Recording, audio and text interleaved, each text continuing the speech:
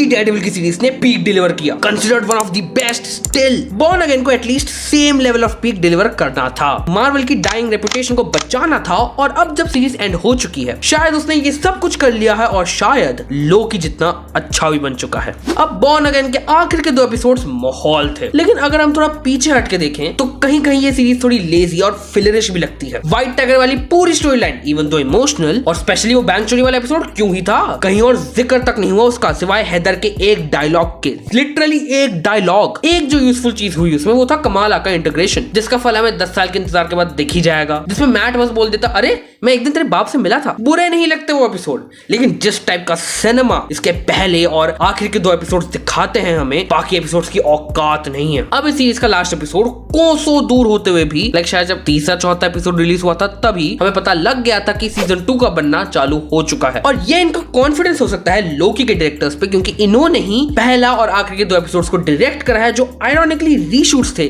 लेकिन इन एपिसोड्स के बिना मैं इस सीरीज के सीजन 2 के लिए कतई वेट नहीं करता, और ये सवाल भी नहीं उठता कि क्या इस सीरीज ने लोकी को बीट किया है, क्योंकि सीरीज के मेकर्स को 2 बार चेंज किया है। इसलिए ऐसा देखने से लगता है कि कपड़े के बहुत सारे पीसेस को साथ में स्टिच करके इस सीरीज को बनाया गया हो, जो कि थोड़ा बहुत एविडेंट हो जाता है सीरीज के अंत तक, क्योंकि बहुत सारे शार्प कट्स नोटिस होने लगते हैं। ऐसा लगता है जैसे यूट्यूब की वीडियो थी, कोई डायलॉग अच्छा नहीं लगा तो काट दिया। अब इस इंटरनेट के महासागर में जिस चट्टान से मैंने इस एपिसोड को उठाया था, सरल भाषा में पायरेट करा था, उसकी देन थे ये चॉपी कट्स या फिर एक्चुअल एपिसोड में भी ऐसा ही मामला चलता है? तुम बताने की देन जरूर करना कमेंट सेक्शन में। अब बीच के एपिसोड्स भले ही सीरीज के स्ट्रॉन्ग सूट्स नहीं है, लेकिन एक चीज जो उनमें भी देखने में बड़ा मजा आती है वो है मैट और किंगपिन के बीच के पैरेलल्स। इस सीरीज के स्टार्टिंग से हमें दिखाया गया है कि मैट और फिस्क दोनों ही अपने एक्चुअल पर्सोना को छुपाकर एक नकाब पहने घूम रहे हैं, और थ्रू आउट द सीरीज हमें दिखाया गया है कि उनके अंदर की ये ट्रू आइडेंटिटी इस नकाब को फाड़ कर बाहर आने की कोशिश कर रही है। अब वो सटल हो जैसे एपिसोड 2 में मैच कट फिस्क और मैट के ब्रूस्ड हाथों के बीच, या फिर एपिसोड 4 में शायद उनके अपने ट्रू पर्सनैलिटी को एम्ब्रेस करना हो। लेकिन लास्ट के 2 एपिसोड जो उनका डायरेक्शन और जिस तरीके से कहानी दिखाई गई है, ऐसा लगता है जैसे एक्सपर्ट्स एट देयर क्राफ्ट्स जो एक्चुअली काफी पैशनेट हो कॉमिक बुक्स को लेकर, स्पेशली डेयरडेविल को लेकर, उन्होंने इन एपिसोड्स को बनाया है। कलर का भी बहुत अच्छे से इस्तेमाल करा गया है। फिस्क जब पूरा किंगपिन बन चुका है तो पूरा व्हाइट सूट पहन के आता है वो। पॉइंटेक्स्चर जब जोन में होता है तब पूरी सराउंडिंग और कलर ग्रेडिंग एक शार्प ब्लू टोन पकड़ लेती है। डेयरडेविल को भी जब गोली लगती है तो पूरा सीन लाल रंग का हो जाता है, जो अब एपिसोड 9 को देखने के बाद लगता है कि एक फोरशैडोइंग थी कि अब मैट भी अपनी असली पर्सोना को एम्ब्रेस करने वाला है पूरी तरीके से। या मुझे सीरीज काफी अच्छी लगी, मैं बहुत ज्यादा एक्साइटेड और हर चीज को ओवर एनालाइज कर रहा हूँ। एक और पैरेलल मैट और फिस्क का जो हमें सीरीज के एंड में दिखाया जाता है कि जितना जितना फिस्क अपने किंगपिन वाले पर्सोना को एम्ब्रेस करने लगता है, उतना ही वेनेसा और फिस्क का रिश्ता जो सीरीज के स्टार्टिंग में काफी खराब था वो उतना ही अच्छा होता जाता है। और वही स्टार्टिंग में बहुत अच्छा लगने वाला रिश्ता मैट और हेदर का उतना ही बिखरने लगता है जितना मैट अपनी डेयरडेविल वाली असलियत की तरफ बढ़ने लगता है। अंत में आकर एक लौती इंसान जो मैट की इस पूरी डेयरडेविल वाली रिस्पॉन्सिबिलिटी को समझती है, कुछ भी हो जाए चाहे कोई कितना भी बुरा कह ले, उस पे विश्वास रखने वाली एक लौती इंसान कैरन ही होती है, मैट को समझती है, और उसके सपोर्ट की वजह से ही मैट अपने डेयरडेविल वाले पर्सोना को पूरी तरह से एक्सेप्ट कर पाता है। अब क्योंकि एक मेजर स्पॉइलर के बारे में बात हो ही चुकी है तो फिर क्यों ना एपिसोड 8 और 9 के बारे में संक्षिप्त तरीके से बात कर लें। एपिसोड 8 में बेसिकली मैट को उस दाल में काला लगने लगता है। वो पॉइंटेक्स्टर से पूछने जाता है लेकिन कुछ जवाब तो नहीं मिलता, बस उसके दांत तोड़ के वापस आ जाता है, जिनका इस्तेमाल करके वो जेलर्स को मारकर जेल से भाग जाता है। हेदर जो अभी उस म्यूज वाले पूरे इंसिडेंट के ट्रॉमा से उभर ही रही है, उसे फिस्क की एक पार्टी में जाने का ऑफर मिलता है। मैट उसे वार्न करता है कि डेंजरस है मैं यार अपना, मत जाओ उस पार्टी में, लेकिन ये समझे तो ना। मैट पॉइंटेक्स्टर से मिलने के बाद जोसीस पे जाता है, जहां पे जोसी से बताती है कि उस रात फॉगी ने मेलविनिन्स ऑर्डर करी थी, जो वो शराब है जो मैट और फॉगी तभी पीते हैं जब वो कोई केस जीतते हैं, लेकिन उसने ये केस जीतने से पहले मंगाई, यानी कि फॉगी के पास कुछ ऐसा था जिस वजह से वो श्योर था कि वो केस जीत ही जाएगा। अब मैट जाता है किंगपिन की पार्टी में, जहां पे किंगपिन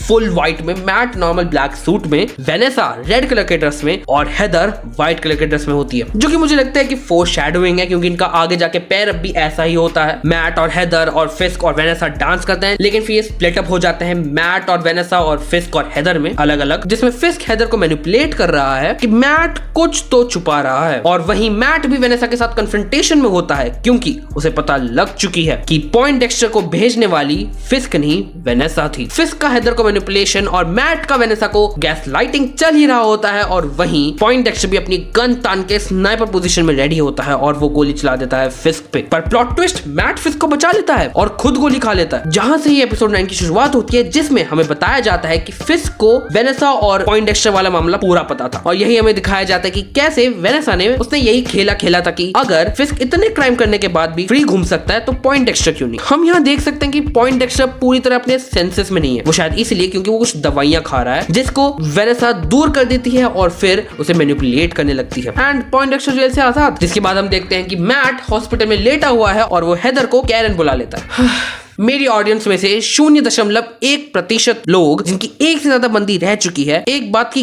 गांठ बांध लो कि अपनी करंट वाली के सामने अपनी पिछली वाली का मेंशन तक नहीं करना, एक जिक्र तक नहीं होना चाहिए। फिस्क अपनी टास्क फोर्स को एक विजिलेंटी ने मेयर पे गोली चलाई बोल के मोटिवेट करता है और फिर अपने स्पेशल कर्मचारी को बोलता है कि मैट ने मेरी जान बचाई तो क्यों ना उसे मुक्ति दे दे, और वो निकल पड़ता है मैट को मारने के लिए। लेकिन पूरे न्यूयॉर्क की बत्ती गुल हो जाती है और मैट भागकर पहुंचता है अपने घर, जहां पे उसका इंतजार कर रहा होता है पनिशर, जिसको कैरन नहीं बुलाया था, जो हमें आगे पता लगती है। अब इधर वापस एंट्री होती है टास्क फोर्स की, जिनको इन दोनों ने मिलकर बड़ी आर रेटेड तरीके से कूटा है। इस बार लगता है डिज्नी वाले बड़े हार्ड गए हैं ब्रूटैलिटी के मामले में। अब ये दोनों उधर से भाग जाता है, लेकिन मैट का बढ़िया सा अपार्टमेंट फट जाता है और उधर इन्हें लेने आती है हम सबकी जानेमन, हम सबकी दिलरुबा कैरन पेज। कैरन और मैट की थोड़ी बातें होती हैं, वो थोड़ा इन्वेस्टिगेट करते हैं और उन्हें पता लगता है कि रेड हुक फैक्ट्री के द्वारा कोई भी चीज जो फिस्क न्यूयॉर्क में लाएगा उस पे उसे कोई भी कस्टम ड्यूटी देने की कोई जरूरत नहीं है, जिससे वो अभी तक अपने सारी ब्लैक मनी को वाइट कर रहा था। और अब जब वो मेयर बन चुका है और वो पूरा रेड हुक फैक्ट्री वाला जो रेनोवेशन वाला प्रोजेक्ट चला रहा है, उसके चलते वो और भी पैसे कमाने का सोच रहा है, जिसके ऊपर वो एक लाइन भी बोलता है, we have been earning millions till now, I want to earn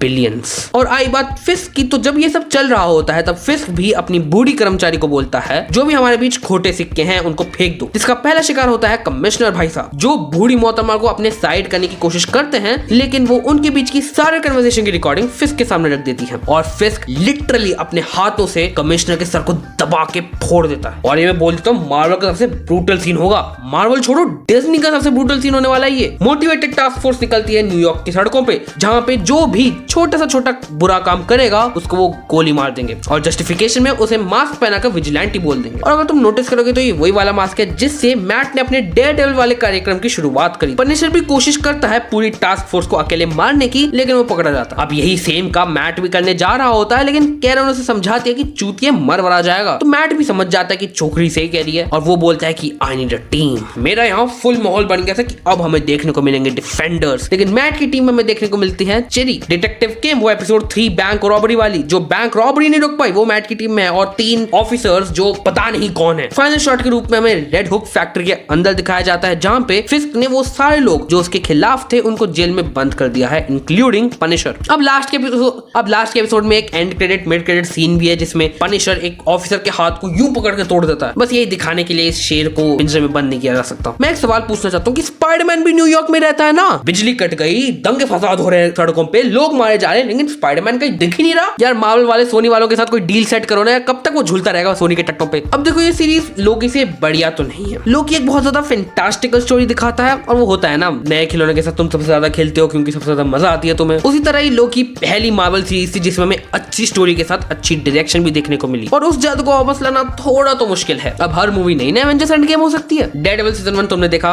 कैसा लगा कमेंट सेक्शन में बताना। जेम्स गन की सुपरमैन एक्चुअली में काफी अच्छी है, जिसके बारे में मैंने बात करी है इस वीडियो में, और ये एक वीडियो जो यूट्यूब को लगता है तुम्हें बड़ी अच्छी लगेगी। सब्सक्राइब करो इधर, मैं मिलूंगा अगली वीडियो में। सायोनारा।